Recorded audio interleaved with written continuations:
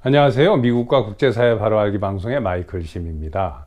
영상 제목을 트럼프의 빨간 약 효과라고 해서 의아해 하시는 분들이 계셨을 겁니다. 미국 공화당을 상징하는 색깔이 빨간색입니다. 그래서 이 보수 우파 공화당의 기운이 세진다, 기운이 강해진다 할 때 미국 사람들은 레드 필드라고 이야기를 합니다. 그러니까 빨간 약, 필이라는 건 이제 약인데 그 알약을 필이라고 하죠. 레드 필드 됐다 이렇게 이야기를 합니다. 즉 공화당의 기운, 보수 우파의 기운이 아주 충만했다 이런 뜻인데, 뉴햄셔 프라이머리가 있었던 그 지난 화요일 날 얼마나 이 레드 필드의 기운이 강했는지, 뉴햄셔에 사실 그 주 하원 보궐선거가 하나 있었습니다. 그 쿠즈 카운티의 제6 선거구에서 있었는데, 여기는 원래 민주당 우세 지역인데 이 레드 필이 휩쓰는 바람에 트럼프가 가가지고 공화당 후보인 마이클 머피가 현직 민주당을 밀어내고 완전히 이 선거구를 공화당으로 뒤집었습니다. 기사에서 보시다시피 Republican flips seat in key district in New Hampshire State House Special Election. 자, 이걸 보고 다운 벨렛 어드밴티지라고 하는데 무슨 얘기냐면은, 벨렛은 이제 투표용지고 다운 벨렛 하면은 투표용지 아래쪽에 나오는 이름을 이야기합니다. 위에는 이제 제일 꼭대기에는 대선 후보 트럼프가 나오지만은 밑으로는 이제 그 뭐 민주당 후보, 공화당 후보 이런 식으로 그 뭐 하원이든 상원이든 시장에 출마한 이름이 나오는데, 이 레드 필이 워낙 강하니까 여기에 그냥 휩쓸려 가지고 원래 전통 민주당 그 선거구에 민주당 현직을 밀어내버리고 마이클 머피 공화당 후보가 이제 된 겁니다. 이렇게 이제 민주당이 슬슬 이 쇠락을 해 가는데, 얼마나 쇠락을 하면은 이런 그 민주당에서 니키 헤일리에게 그 돈을 대고 또 민주당 그 인디펜던트 유권자들을 몰표를 주면서 니키 헤일리를 지원을 했겠습니까? 자, 트럼프 대통령이 54.4% 정도 됐고 니키 헤일리가 43% 정도 이렇게 나왔습니다. 그런데 그것의 70% 이상이 민주당 사람들이라고 합니다. 그러니까 실제적으로 공화당 유권자가 니키 헤일리를 찍은 그 표수는 13% 정도밖에 안 된다는 거예요. 자, 다급해진 민주당이 이런 짓까지 하면서 이제 망해가는데, 민주당이 망조가 드는 것을 아니까 평생 민주당 의원을 했던 현직 의원들이 민주당 당적을 버리고 공화당으로 전향을 하는 겁니다. 그래서 오늘은 민주당 현직 의원들이 공화당으로 이제 전향한 이야기를 하려고 하는데, 그 전에 광고 말씀 한두 개 드리고 이야기를 계속 이어가도록 하겠습니다.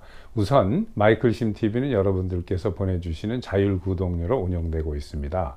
여러분들이 자율적으로 정하신 액수와 횟수로 후원을 해주시면 마이클 심 TV 운영에 큰 도움이 되겠습니다. 그리고 여러분들 댁이나 사무실에서 프린터 잉크를 많이 쓰시죠? 토너라고 하는데, 마이클 심 TV 애청자들에게는 큰 디스카운트를 해주는 이 세이브 텍스에서 앞으로 토너를 구입해서 쓰시기 바랍니다. 자, 그리고 남가주의 믿을만한 부동산 에이전트 갈레브 김을 소개합니다. 이 에이전트를 이용하시면 마이클 심 TV 구독자들 분께서는 많은 엑스트라 혜택을 누리실 수 있을 겁니다. 자, 그럼 오늘의 이야기를 계속 이어가도록 하겠습니다. 왜 이렇게 좌파 민주당의 현직 의원들이 전 미국 뭐 도처에서 떠납니다. 어떤 뭐 특정하게 동부 뭐 남부 할 것 없이 Dems across the country defecting to GOP. Democratic Party has become unrecognizable 이렇게 돼 있죠. 미국 전역에 걸쳐서 민주당 사람들이 공화당으로 전향을 하고 있다. 민주당이라는 그 당 자체가 이념이나 색깔을 알아볼 수 없을 정도로 이렇게 변했다, 이런 이야기인데, 1994년부터 작년까지 지난 수십 년 동안 그 당적을 서로 바꾼 의원, 그러니까 민주당에서 공화당으로 전향한 의원과 또 공화당에서 민주당으로 전향한 의원의 총 숫자를 통계를 내봤습니다. 그런데 공화당에서 민주당으로 전향한 의원들은 23명에 불과한 데 비해서 민주당 의원이 공화당으로 전향한 것은 무려 83명이나 됩니다. 그러니까 뭐 거의 4배 정도 가까이 이렇게 되는 건데, 엄청난 민주당의 의원들이 전향을 하는 겁니다. 그럼 도대체 왜 이렇게 민주당 현직 의원들이 당적을 버리고 공화당으로 전향을 하느냐? 뭐 그 이유는 여러 가지가 있겠습니다만은 가장 중요한 것은 민주당이 변한 겁니다. 그러니까 과거에 1960년대 이전의 민주당은 뭐 그럭저럭 괜찮은 민주당이었고 그저 이념이 이 사회 그 보장 제도 같은 것을 조금 이렇게 늘려서 국민들에게 혜택을 뭐 좀 많이 주자 하는, 세금을 좀 더 걷자 뭐 이런 것밖에 공화당과 그 큰 차이가 없었습니다. 애국을 하고 국민의 의무를 중시 여기고 하는 것은 뭐 다 비슷했어요. 여러분들 아시겠지만은 60년대에 케네디 대통령이 뭐라고 얘기를 했습니까? 민주당 대통령인데도 국가가 나에게 무엇을 해준가를 묻기 전에 내가 국가를 위해서 무엇을 할까를 먼저 생각하라라고 이야기를 했지 않습니까? 이렇듯이 민주당이 60년대까지만 해도 지극히 정상이었어요. 뭐 90년대까지도 그냥 그럭저럭 오케이로 봐줄 수 있습니다. 그런데 이 빌 클린턴이 들어오면서 완전히 그 글로벌리즘과 사회주의와 뭐 이런 걸로 민주당 자체가 이름만 민주당이지 실제로 거의 그 극좌 사회주의, 또 일부는 공산 세력까지 이렇게 들어가 가지고 이 극좌들이 민주당을 쥐고 흔들면서 여기에 많은 민주당의 보통 리버럴했던 그 정치인까지 휩쓸리면서 극좌로 가버린 겁니다. 국민들 자체가 민주당을 더 이상 이 신용을 하지 않기 때문에, 특히 바이든이 들어서 많은 사람들이, 국민들이, 유권자들이 민주당을 버리고 공화당으로 당적을 바꿨습니다. 자, 갤럽 연구조사기관이 보고를 한 내용이기 때문에 상당히 신용이 있는 거죠. 바이든이 백악관에 들어간 2021년을 기점으로 민주당과 공화당 성향의 일반 유권자들의 숫자가 이렇게 확 바뀌었습니다. 퍼센티지가. 그러니까 더 이상 민주당을 선호하지 않고 이제 공화당을 선호하는 사람이 점점점 늘어나는 건데, 그 이유는 여러분들이 쉽게 짐작을 하실 수 있을 겁니다. 왜 그러면 특히 2021년도를 기점으로 이렇게 확 바뀌었느냐? 그것은 완전히 극좌화된 미국 민주당이 말도 안 되는 이상한 내러티브를 푸시를 하고 있습니다. 우선 이 성별 문제도, 성별은 여성하고 남성밖에 없는 건데, 이 뭐 성별이 수십 가지가 있다고 그래요. 지금 민주당에서 이야기하는 대로 한다면은 LGBTQ 정도가 아닙니다. 이 5개 정도가. 그렇게 하면서 또 그 어린이들은 완전히 그 14세만 돼도, 캘리포니아 같은 경우에는 내가 성기 절단하고 성 전환을 하고 싶다 하면은 부모가 이걸 건들지 못하게 합니다.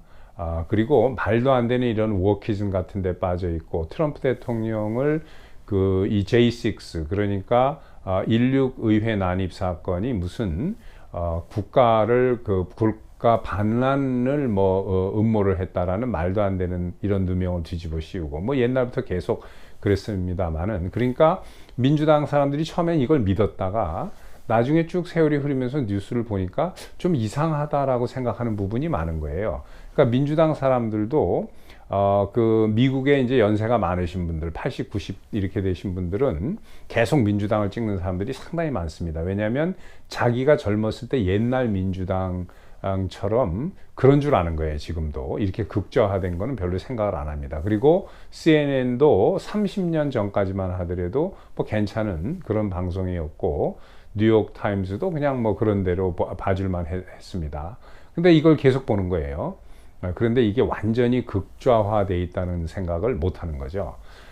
그런데도 불구하고 요즘에 젊은이들이 이제 자꾸 바뀌는 것은 SNS를 통해서 뉴스를 접하지, 이런 대중매체, 우리가 전통적으로 보는 TV 뉴스나 신문을 통해서 뉴스를 접하지 않다 보니까 젊은 사람들은 많이 돌아서는 겁니다. 민주당에서. 제가 마이클 심 TV 영상 231회에 민주당 의원들이 전향해서 공화당 의원으로 당적을 바꾸는 사람들이 늘어난다라는 그런 자세한 이야기를, 어느 주에서 누가 왜 이렇게 바뀌었다 하는 것을 영상을 만든 게 하나 있으니까 여러분들께서 231회 영상을 한번 시청하시면은 이해도가 더 깊어질 것으로 이렇게 생각이 됩니다.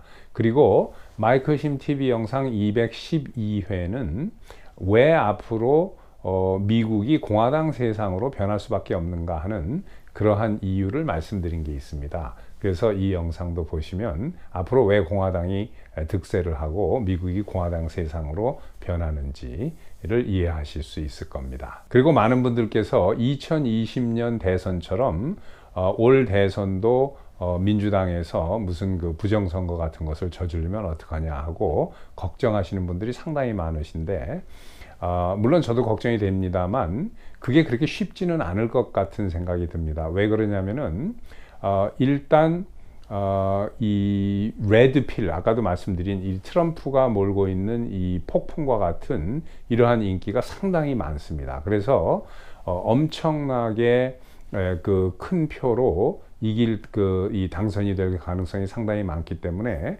이 무슨 조작이라든가 장난질도 어느 정도 비슷하게 나왔을 때 가능한 거지 너무 차이가 나면 이게 힘든 거죠. 그리고 게다가 트럼프 대통령이 이제 한번 경험이 있으니까 공화당주는 큰 문제가 안 됩니다. 공화당주는 어떻게 해서든지 이제 트럼프 대통령이 무조건 이기는 건데 이게 뭐 한 30여 개 주 정도 될 것 같고 문제는 이제 그 스윙 스테이트입니다. 민주당주도 그렇게 큰 문제가 안 돼요. 여긴 뭐 어떻게 해도 민주당 후보가 당선이 되니까.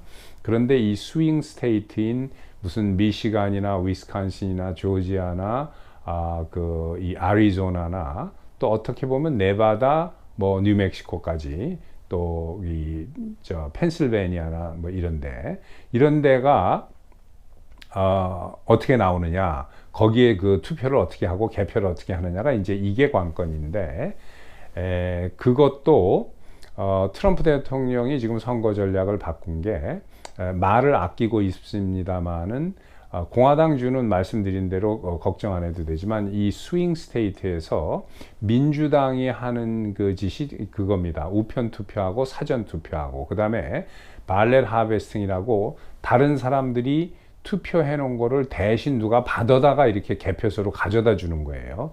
이런 거를 트럼프 대통령이 당연히 공화당주에서는 수개표하고 사전투표, 우편투표 안 하겠다라고 하고 이런 스윙 스테이트, 민주당이 이런 일을 저지르는 데서는 공화당도 똑같이 아니면 한술 더 떠서 더 효과적으로 우편투표, 사전투표, 그 다음에 발렛 하베스팅을 하겠다는 거예요.